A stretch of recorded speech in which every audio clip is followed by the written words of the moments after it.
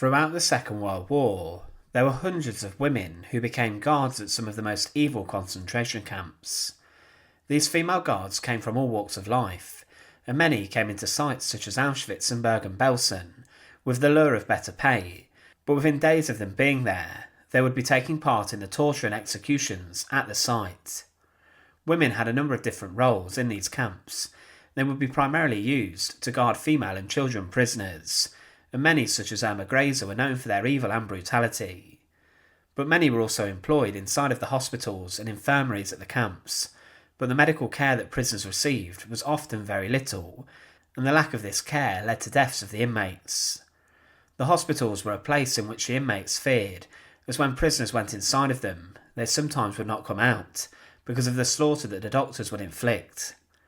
Inside of the largest all-female concentration camp, Ravensbruck, there was one woman who was much older than the other female guards and members of staff, but she was a woman who was involved in the brutal selections, which would result in someone being sent to the gas chambers. But Elisabeth Marschall herself would be sent to her execution inside of Hamlin Prison, with the experienced British executioner Albert Pierpoint being the one who would send her crashing through the gallows. But what is the story of her execution? Join us today as we look at the execution of Elisabeth Marschall, and as always, to support our channel, please make sure to subscribe. Elisabeth Marschall was born on the 27th of May 1886, and very little is known about her early life. However, she may have come from a career in the medical field. But in 1931, Marschall joined the Nazi Party. She was considered one of the earliest members, which shows the devotion and fanaticism she had towards the Nazi ideology and also towards Adolf Hitler. It's likely that she would have seen the early speeches of Hitler and his advisors. Hitler's party to begin with wanted to seize control of the Munich area and local governments, but following his imprisonment due to the Munich Putsch, the party membership increased after it was reformed. But as the Second World War broke out across Europe, and in particular following the launching of Operation Barbarossa, the SS would look for local people to go and work inside of the concentration camps. Women were sought to work in sites across Nazi-occupied lands and territory, and because of this many women flocked into the camps and became brutal. But Elisabeth Marschall's work inside of the concentration camps was rather strange, as she came to work there through a very different route.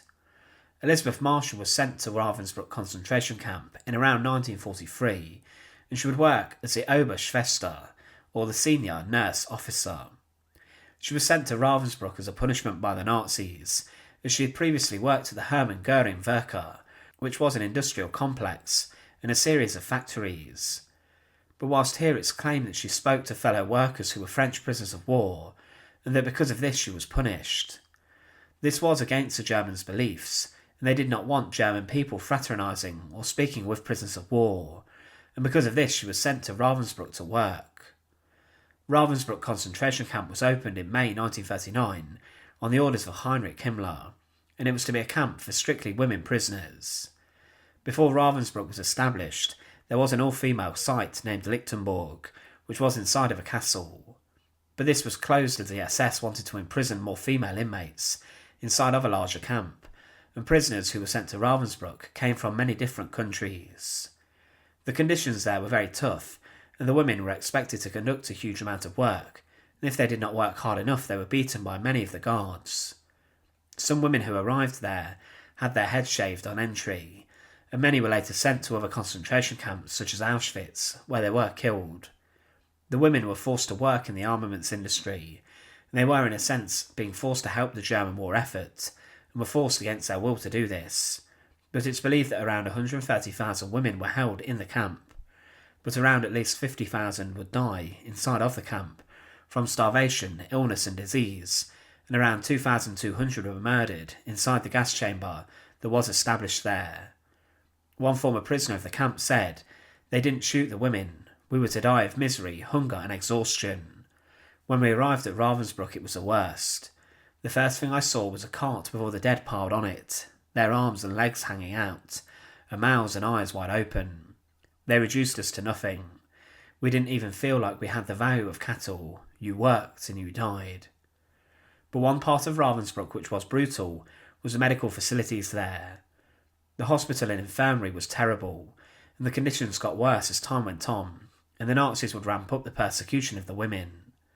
Medical treatment at Ravensbruck was administered by the doctors in the hospital, which was known as a Revier, and the treatment was poor. One man who would liberate Ravensbruck would state that the German nurses never had any professional activity.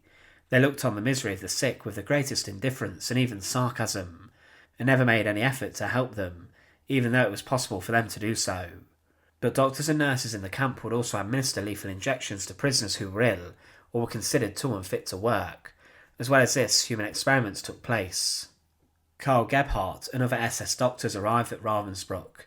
They would deliberately cut the prisoners' legs, and these wounds were then infected with different substances and objects, such as glass, to see how effective certain medications were on treating infection.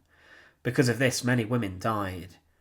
But other women who were experimented on suffered life-changing injuries, and others were later executed by shooting to hide the secrets of the evil doctors. But Elisabeth Marschall, when she was sent to Ravensbruck, was to work inside of the medical facilities, and as mentioned, she worked as a nurse.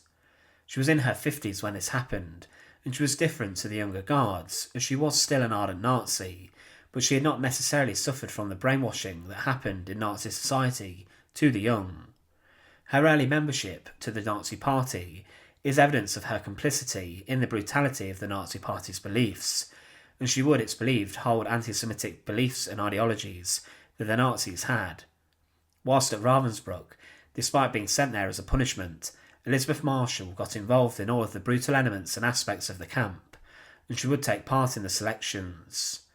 During roll call, Marschall, in her nurse's uniform, would patrol the prisoner yards, and those who she thought were too sick to work, or who she thought were not fit enough to work, were then taken to the camp's gas chamber, where they were then killed. It was brutal, and she was playing God with the lives of women on a daily basis, and her actions led to the deaths of people. She would also select the women who were involved in the human experimentation, and these women would then be subjected to the dangerous treatment. She would also help in the human experimentation, and would also supervise and prepare the victims for their ordeal. She would inject the victims with morphine, and would at times deliberately withdraw Red Cross food parcels from sick inmates who relied on these. The decision she made to deliberately withhold these packages shows how cruel she could be, as these possessed the necessary help that sick prisoners needed to get better. Elisabeth Marschall was a very sick and barbaric woman, and one historian claimed that, to her, Germany was everything, and Hitler was the Führer who was to make Germany the ruler of the world. She would also kill prisoners by injecting them with phenol to liquidate the wards at times. She was a woman who was responsible for the deaths of many prisoners, and she was particularly spiteful towards foreign inmates, and she would treat these worse. One of Marshall's particular roles was that she would select women who were then sent to Auschwitz, and within minutes of arriving there, they would be killed in the gas chambers. But at the end of the Second World War, as many of the camps were evacuated, with the Allies on the horizon, Elisabeth Marschall was captured, and she was then brought to the Hamburg-Ravensbrück trials. These were a series of 7 war crimes trials against those men and women who worked in different roles at Ravensbrück, and Marschall was part of the first trial. The courtroom heard of her actions inside of the camp, and because of this she was amongst many men and women who were sentenced to death. She was then sent to Hamlin Prison, which was overseen by the British, to await her execution. Inside of Hamlin Prison and the execution chamber was a simultaneous gallows where Albert Pierpoint would take the lives of hundreds of former Nazis and war criminals. On the 3rd of May 1947, Elisabeth Marschall was led out of her prison chamber and was taken to the execution chamber.